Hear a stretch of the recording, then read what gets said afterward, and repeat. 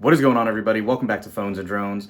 So it's finally time to revisit this baby here, the S23 Ultra, and we didn't do our traditional 48 hours or 72 hours or 1 week later review just because of how comparable and comparable this baby was to last year's S22 Ultra. But having said that, it has been a little while now. It's actually been exactly 2 months and 2 weeks later since this baby came out, and we feel like we have a better grasp on how it's been used and how it has handled being a daily driver for a while.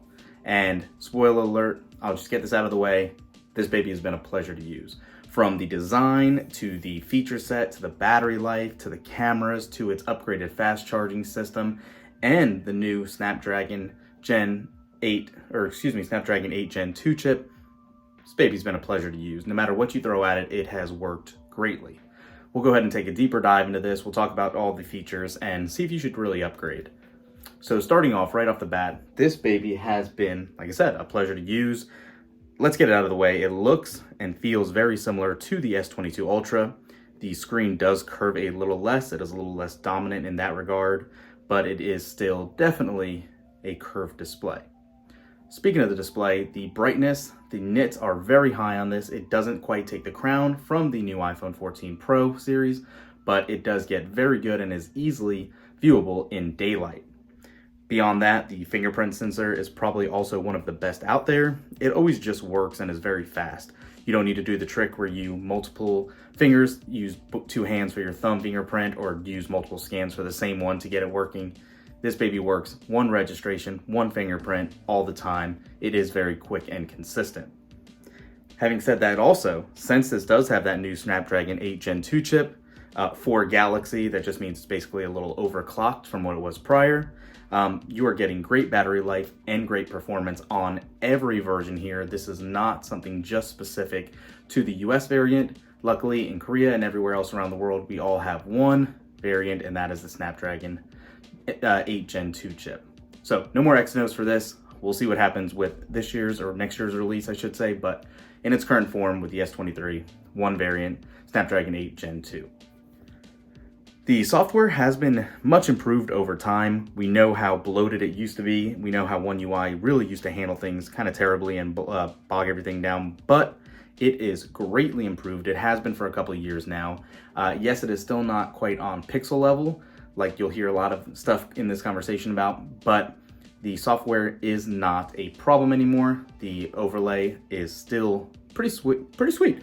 I actually prefer it over some other models that are out there right now, so if you guys were worried about the One UI, basically their skin, it's a moot point at this point.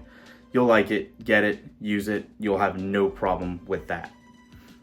Now, what a lot of people are gonna want to talk about, let's just go ahead and get this baby out of the way first, is the cameras.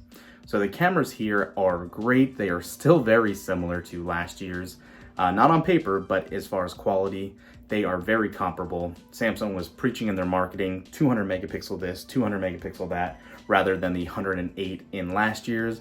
And it's all for marketing terms. They all take great pictures. You're obviously gonna get more detail if you zoom in or if you're gonna print something out with the 200 megapixel photo, but 9 times out of 10, you probably are not going to be shooting in 200 megapixel mode. You will be using pixel binning and getting 12 or 50 megapixel shots out of it. And in great daylight, they do work and look well. You will not have an issue if you post these to social media or if you're just sharing them around. They do look great. I've had a couple issues with nighttime photography. I don't know if it's just a processing time or whatnot, but it is not on par with like a Pixel or an iPhone. Hyperlapse and some of their other modes are amazing. I did another video on that. They look and work great, but there is definitely still opportunity on where to go from here. Having said that as well, the shutter lag is still a problem. It has been known for a couple generations. I don't know what it is, but you are definitely not getting a 1-to-1 second shot when you press that shutter button. There is definitely a delay. Keep that in mind. One area that is greatly improved though is video. They actually made it much more useful here. It is probably one of the better video taking phones out there that is not an iPhone. I think if you are purely looking to take videos as a creator, the iPhone is the way to go, honestly, but Samsung's here with photo and video combined does give you a very balanced device. Having said that also, you actually do now have 8K usable video. So if you happen to have a TV or monitor that is capable of 8K resolution, this is an option now, and you can use it without it being cropped. One thing that I touched on in the past, and I did another video on, actually a whole video just on what chargers you need, is the increased and upgraded charging speed. So Samsung very diluted this and said it was capable of 45 watt fast charging. There are so many ifs, ands, or buts around it. It is very difficult to know what you need since there's no charger in the box. Having said that, I will throw a link up down below for the Anker charger that we recommended. Still works great. We're still using it to this day. A lot of our other viewers have purchased it and really seem to like it. So that'll be dropped down below for you guys to check out. Speaking of which, make sure you thumbs up this video and give it a like if you find it beneficial. We hugely thank you for that, and it does help the channel out. Beyond that, one other thing that we know, you guys know if you follow the channel, we're not a huge gaming fan, but gaming is good on this if you want to use it in passing some time. The device actually stays pretty cool. It doesn't drop frame rates at all and has been really nice. It's been a pleasure. We've actually been playing a little bit more of video games on here than what we traditionally would on our devices.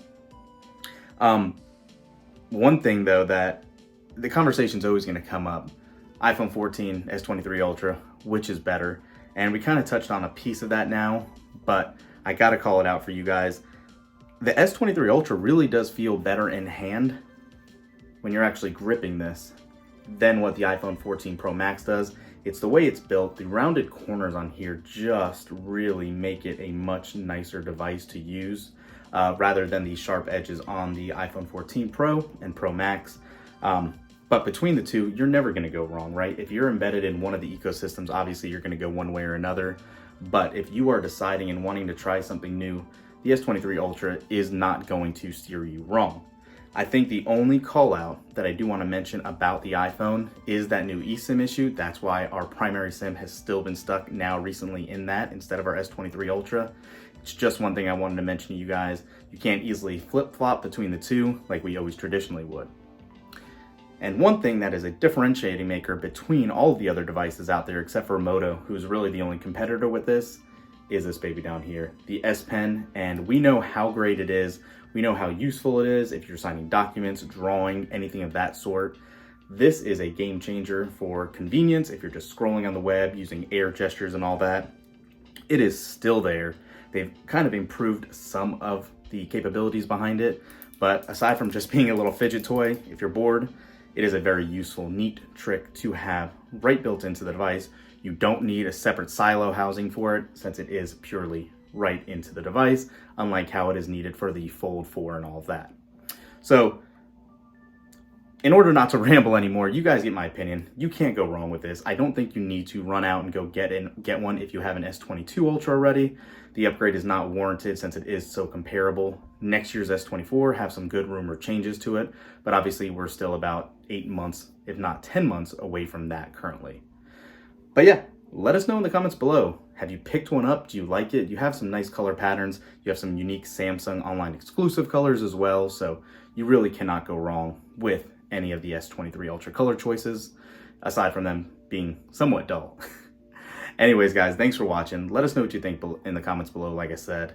Thumbs up this video, subscribe to the channel, and we'll catch you in the next one. Peace.